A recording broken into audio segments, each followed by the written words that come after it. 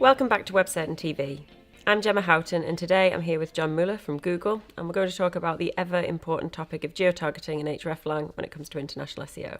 Hi John, thank you for talking to us. Hi, glad to be here. Great. So hreflang, been around quite a long time now, still a big challenge for international SEOs and international websites. What are the biggest kind of mistakes and challenges you still see with that?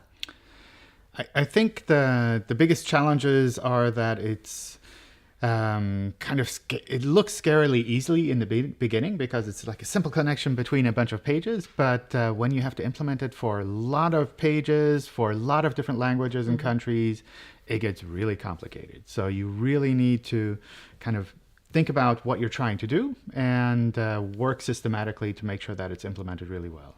And I guess a lot of the mistakes that made with it are actually pretty simple. They're small little things in the code, but they're the things that can actually cause the pages to break and the whole thing not to work.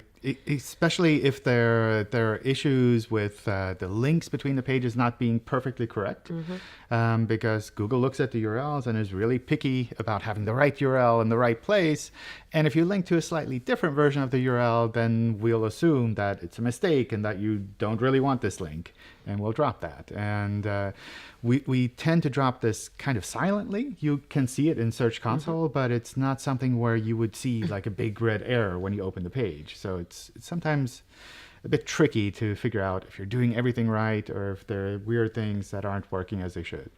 And of course, this is used very much on, on your kind of desktop website. You link between all the relevant pages from the different languages, but there's other kind of things coming into play more and more now, such as AMP pages and also the apps that now rank quite well in search engines. So how does that then play into hreflang? Do they all need to be factored into your hreflang?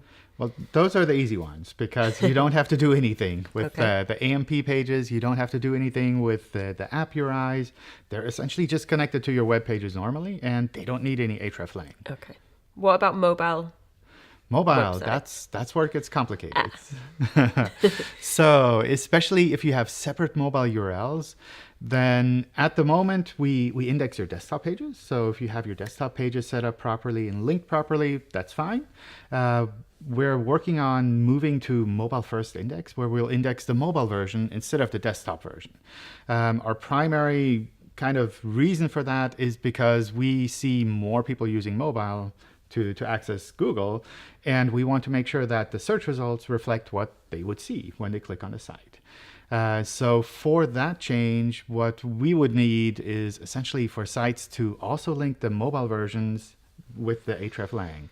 And the tricky part there is we're trying to keep it simple by recommending the same tags between the mobile version as the desktop version, which means the mobile hreflang tag would point at the desktop versions. Okay. Yeah. So that's kind of confusing. We're still working on the details to also make it a little bit easier to find those kind of issues. But that's kind of what's happening there. And you can circumvent all of this by just going to a responsive website instead of separate mobile URLs. Okay. So aside from then the hreflang, but kind of the geo-targeting benefit of that, do you think that that's a kind of best practice approach that all sites should be taking anyway, the responsive option as opposed to creating separate mobile sites? Yeah, we support all three options, so responsive, dynamic serving, and separate mobile URLs. And for search, all of them work. But especially when it comes to technical things with different URLs, then the responsive option is usually easier because you have one URL, you have one piece of content. You don't have to worry about like, where do I put which piece of content, which URL do I link where? Yeah. It just makes everything so much easier, and you tend to have so fewer mistakes. Of course, the kind of flip side of this was why a lot of websites maybe haven't gone for the responsive option is because the desktop site will be quite information heavy. It's got more content than perhaps would be needed on mobile, and especially with the mobile first index, there'll be a lot of businesses thinking, well, we want to make sure that we really got fast, easy to navigate pages. So how do you balance that element? That's always tricky, but I'd also like to question at the same time whether it's really the case that you want to have less content on mobile. Because at least personally, when I access the web, I use my mobile phone the way I would use my laptop or any other device. And if I go to a website that I know has specific information from having visited it before, if I go with my mobile phone and can't find that information, then that's really frustrating for me. So kind of this thought that a mobile version should have less information, should have less functionality, I think is questionable. So just going back to kind of the geo-targeting topic and hreflang and all of these things, there's also other challenges that you face with geo-targeting beyond just putting hreflang. So one of those is personalisation. And that's something you've talked about, that there's elements of the personalisation on websites that can damage the geo-targeting. What are those problems that can occur?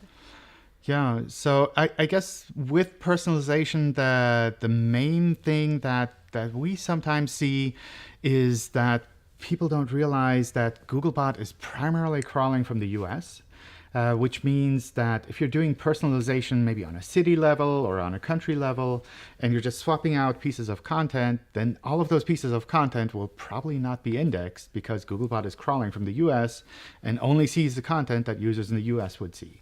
So if you're doing something really fancy on your pages, which might be fantastic for users, that's something Googlebot might not see. And maybe that doesn't matter because maybe that's not something you need to have indexed. But if it is something that you think is critical that Google actually shows in search. Yeah, if it's, for example, the pricing or the location information, something that's very key.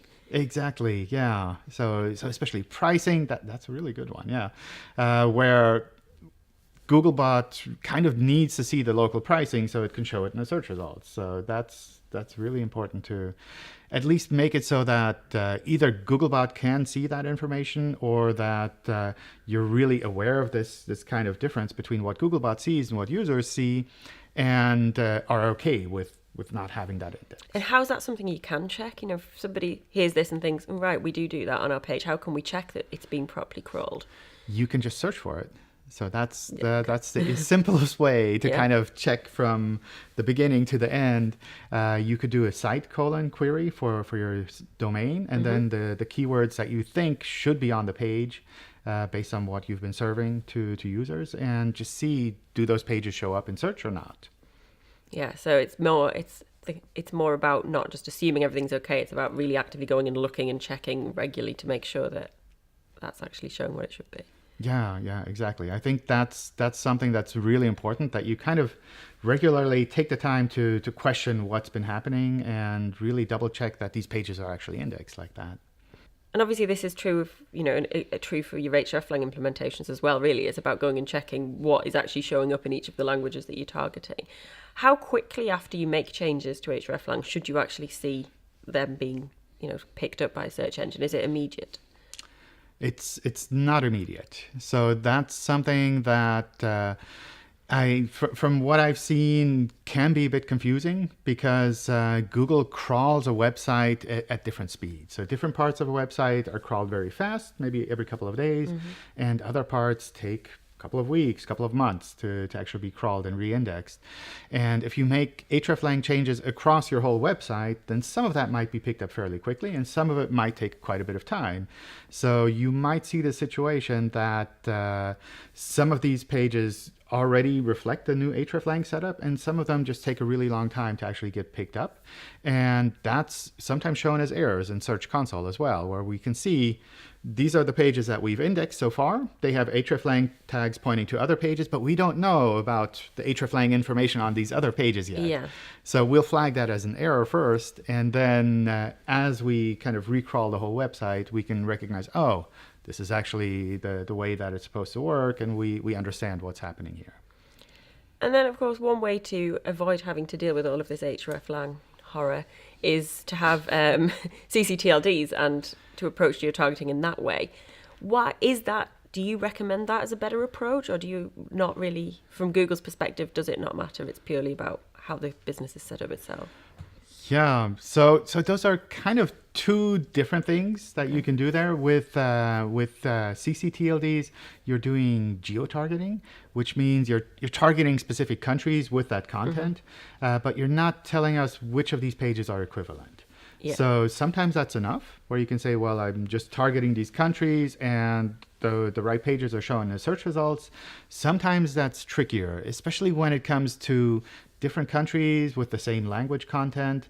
So if you're targeting Germany, Austria, and Switzerland, and someone searches in German and we don't know which of these pages to actually show, then the hreflang lets us swap out the URL to show the right version, whereas the geo-targeting would just kind of help us to bubble up the appropriate country version. So it's kind of a subtly different thing. Yeah, so there's a lot to kind of consider when you're picking your strategy and really thinking about the overall picture of all the content you've got and where that's going to appear. Yeah, I think that's something where, from my point of view, in the beginning, we thought, oh, this is easy to set up. Everyone will be able to do this.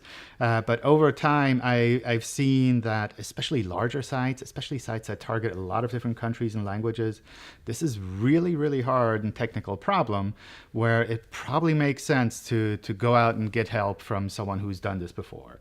Someone who can kind of guide you and say, well, this is what you should be doing here. This is the setup that you should have here.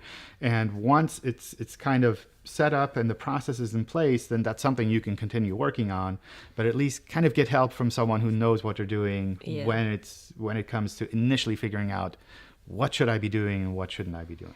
And I suppose it is such an important element of any kind of international website. Not appearing with the right content in the right country for the right user is something that could really damage your efforts and damage your brand, so it's worth that investment.